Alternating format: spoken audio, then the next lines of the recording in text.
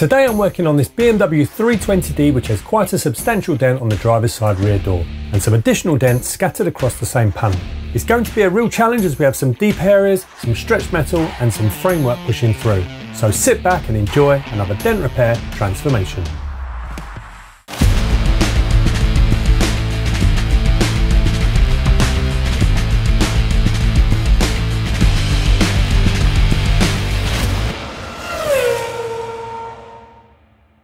Hi everyone, it's Jake from First at Dents and welcome back for another paintless dent removal video. So today we're working on this 2016 BMW 320d, which has sustained some damage to the rear door, probably from a low speed impact from another vehicle when it was parked up. There are also some other minor dents scattered across the door that the customer would like removed. Now the customer did take this to BMW and was told that it needed a new rear door and the adjacent panels painted to blend in the colour. But the cost to do this was absolutely huge. Fortunately, he'd seen some of my online repair videos and luckily I covered his area, so he decided to get in contact with me to see if I could help. Now because this dent was such an eyesore, he mentioned to me that he was just happy to have this improved. Although I looked at this damage and I said, no, I'm sure I can do much better than an improvement. So before we get started, let's take a closer look and analyse all the different areas on this door that need to be repaired. Now looking at this door, I have four main areas to deal with.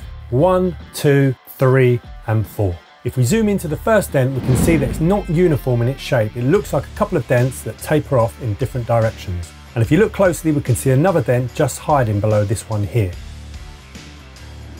Moving on to dent number 2, we can see that this is just a standard round dent, so it should be an easy one to remove. Moving on to dent number 3, again, this is a nice textbook round dent, so I'm sure I won't have any issues with this one.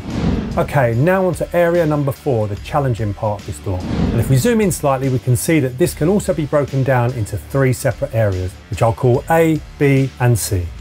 Looking at section A in detail, we can see that we have one area which has quite a deep indentation. Then just up slightly to the left, we have a couple more dents which are slightly more shallow. The deepest dent has quite a sharp crown just above it, and then just to the left we can see a double high ridge, which is probably the frame behind pushing into the door skin. Right, now onto section B. This is probably the section that I'm most concerned about because it looks and feels like this section has stretched the metal, so I'll have to look at using some cold shrinking techniques to tighten this area back up again. Lastly, onto section C. This is a crease that goes down to the lower corner, and if we look closely we can also see the edge of the door frame pushing through. This can be quite difficult to rectify, but using the right techniques it shouldn't be a problem. Okay, so that's the complete breakdown of the whole repair, so now it's time to get started.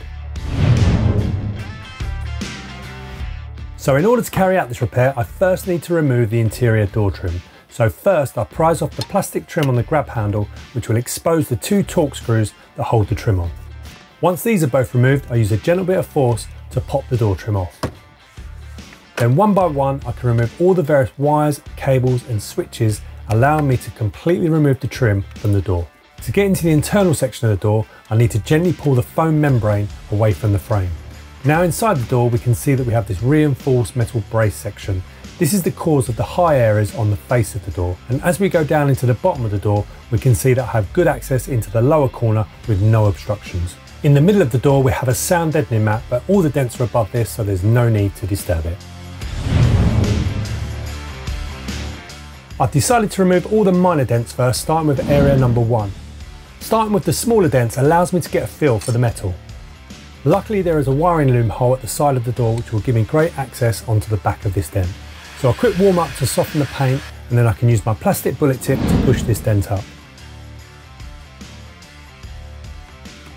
So now the panel is warm, I use some precise pushing in exactly the right places to bring this dent up quickly and cleanly.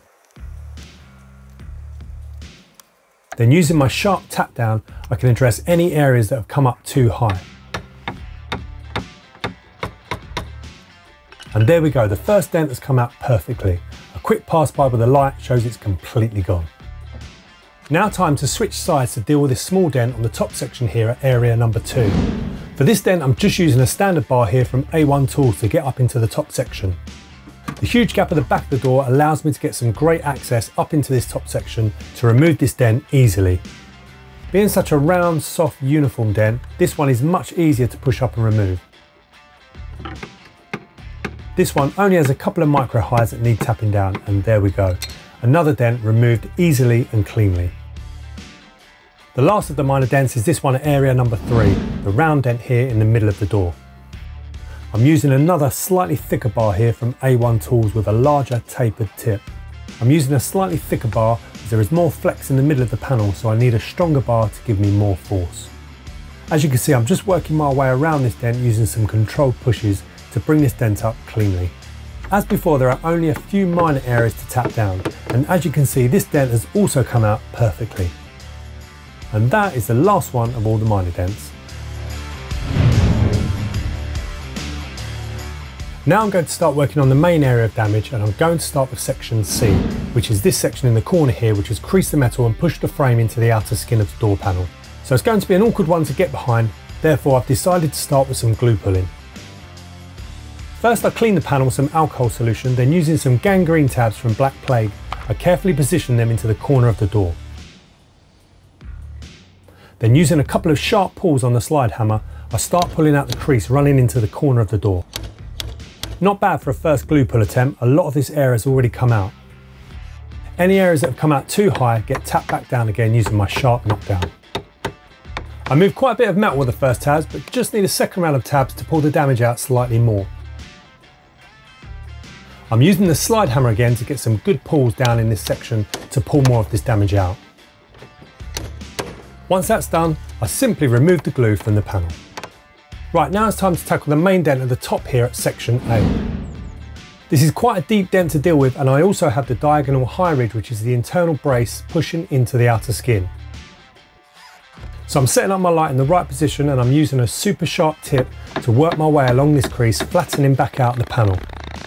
I have to be super accurate here with my tapping down, as I don't want to create any additional damage that I will have to remove later. And as you can see, the crease is responding well and is coming out nicely. And there you go, the high ridge has flattened back out and has flowed back into the adjacent metal. Now I'm going to concentrate on bringing up this deep low in the centre. So I'm using a couple of large glue tabs that I'm sticking right in the middle, one above the other. Once the glue is dried, I then use my slide hammer to give a few sharp pulls to pull the damage out. As you can see here, I'm also pulling the centre whilst tapping down the crowns. Using some alcohol solution, I comprise the glue tabs back off the panel, and as you can see, about half of the dent has come up. Time now to address some of the high areas. First, I'm using my rubber tap down to remove the high ridge to the left of this low area. Next, I glue another larger tab right in the centre. Again, using a sharp pull on the slide hammer, I can try and pull this centre up. Then using my tap downs again, I can continue tapping down the high areas around the perimeter of this dent. I'm constantly changing my tap downs to suit the size and shape of the high areas. Now I'm using a long rectangular glue tab to bring up another low area just above this main dent. You can hear by the loudness of the slide hammer pulls the force sometimes required to lift these strong areas up. The dent has come out nicely and just needs a few tap downs to bring the raised area back in line with the surrounding metal. Now I'm going in behind with my ultra dense screw on tip bar with an extension, and I'm starting off with the plastic vinyl tip. First I warm this area up, and then I can use this bar with a nylon tip to give some controlled pushes from the backside. Slowly I work the tool behind, and this gradually brings up all the low areas that the glue pulling left behind. The low area is quite large, so it takes a bit of time to do. I then use my tap down tool to tap down any areas that have come up too high. This will level the area back out again, and already this section is roughly getting back to how it looked before. Now I'm coming down to section B. This is the area that concerns me the most, as the damage is quite deep here and the metal is almost certainly stretched slightly. So to correct this, I'm using my sharp metal tip. Luckily there is good access down into this section, and once I slide the bar into position, I can start to carefully push this damage back out. Because this metal is stretched, I have to really take my time here and work the metal in fine detail, otherwise I risk stretching the metal further. If I can't manage to unstretch the metal in this section, all the hours of work I've already put in will have been for nothing. I'm happy that the panel has tightened up, although as you can see here, the panel is still oil canning slightly, so there's still plenty of more work to be done. So I'll continue on using some different techniques to tighten this area back up again. After a lot of work, I've now arrived at the halfway stage, and as you can see, the panel is almost back to its original shape. Now I need to spend a lot of time correcting all the micro imperfections. This is where the majority of the time is spent tidying up all the tiny imperfections from removing the main damage. Here I'm using the wiring loom access point again to get some access into the middle of the door to bring up some of the small micro lows. As you can see, I'm just gently lifting up some of these areas using some sharper tips on my screw-on tip bar. I'm then using my knockdown to remove any micro highs that are present across the panel from the middle section down to the other side.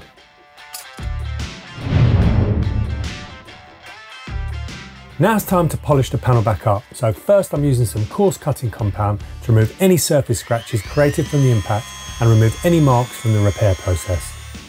I'm then applying some superfine polish to bring the shine back up to make this door look brand new again. After a quick wipe down, it's time to refit the internal door trim. First I reinstall the foam membrane back into position, then one by one I connect up all the cables and all of the wires back onto the door trim, finishing with connecting the electric window control switch which pushes back into this small recess. Then applying some force, the door trim is popped back onto the door frame. Next, the two screws are reinstalled into the top and bottom sections of the grab handle. Now I need to refit the plastic door handle cover which clicks back into place. Then finally I can close the door and check out the final result.